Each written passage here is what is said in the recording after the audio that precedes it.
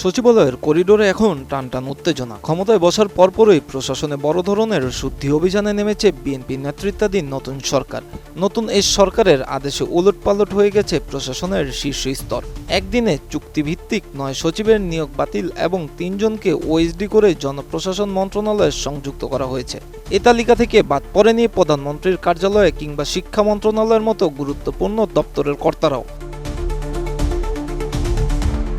সোমবার জনপ্রশাসন মন্ত্রণালয় সূত্রে জানা গেছে, শূন্য হওয়া এসব গুরুত্বপূর্ণ পদে চলতি সপ্তাহেই নতুন নিয়োগের প্রজ্ঞাপন জারি হতে পারে। এছাড়াও প্রশাসনিক আদেশে ৩ সচিবকে মূল দায়িত্ব থেকে প্রত্যাহার করা হয়েছে। তারা হলেন মাধ্যমিক ও উচ্চ মাধ্যমিক বিভাগের সচিব রেহানা পারভিন, প্রধানমন্ত্রীর কার্যালয়ের সচিব সাইফুল্লাহ পান্না, ধর্ম বিষয়ক মন্ত্রণালয়ের সচিব কামাল উদ্দিন।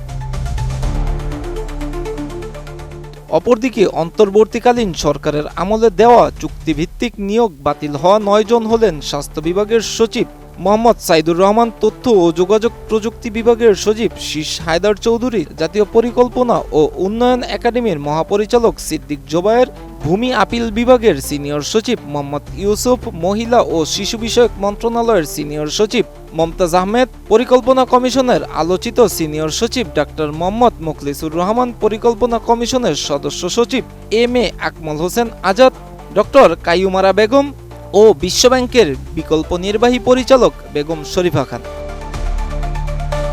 আমি বুঝি নির্মাণের শিল্প, সালাম স্টিল বোঝে ডিউরেবিলিটি। সালাম স্টিল, মোস্ট ডিউরেবল স্টিল। জনপ্রশাসন মন্ত্রণালয়ের সূত্রে খবর, এই 12টি পদে নিয়োগের ক্ষেত্রে প্রাধান্য পাচ্ছেন বিগত সরকারের আমলে রাজনৈতিক কারণে বঞ্চিত হওয়া কর্মকর্তারা, বিশেষ করে যারা যোগ্য হওয়া সত্ত্বেও রাজনৈতিক কারণে গুরুত্বপূর্ণ দায়িত্ব পাননি। তাদের মধ্য থেকেই নতুন সচিব বেছে নেওয়া হবে বলেও জানা গেছে। এই রদবদলের কেন্দ্রবিন্দুতে রয়েছেন নবম বিসিএস এর কর্মকর্তা মোহাম্মদ শামসুল আলম। সাবেক প্রধানমন্ত্রী বেগম খালেদা জিয়ার এপিএস হওয়ায় বিগত 18 বছর ধরে বঞ্চনার শিকার হয়েছেন তিনি। 2022 সালে সিনিয়র সচিব পদে পদোন্নতি এবং 5 আগস্টের পর চাকরিতে পূর্ণবহাল হলেও রহস্যজনক কারণে তাকে পদায়ন করেনি অন্তর্বর্তী সরকার। এমনকি ছাত্ররা স্মারকলিপি দেওয়ার পরও তাকে শিক্ষা সচিব করা হয়নি। তবে এবার দৃশ্যপট ভিন্ন। গুঞ্জন রয়েছে, শিক্ষা মন্ত্রণালয়ের মাধ্যমিক ও উচ্চ শিক্ষা বিভাগের হাল ধরতে পারেন এই দক্ষ কর্মকর্তাই। শামসুল আলমের মতো যারা বিএনপি ঘরানার বা নিরপেক্ষ হিসেবে পরিচিত, তাদের বড় একটি অংশ ফিরছেন শীর্ষ দায়িত্বে। জনপ্রশাসন মন্ত্রণালয়ের তালিকা এখন চূড়ান্ত পর্যায়ে। সরকারের সবুজ সংকেত পেলেই যে কোনো মুহূর্তে আসবে প্রজ্ঞাপন।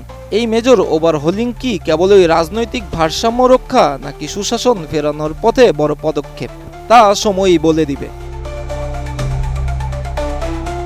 মিরাজ হোসাইন, এটিএন নিউজ।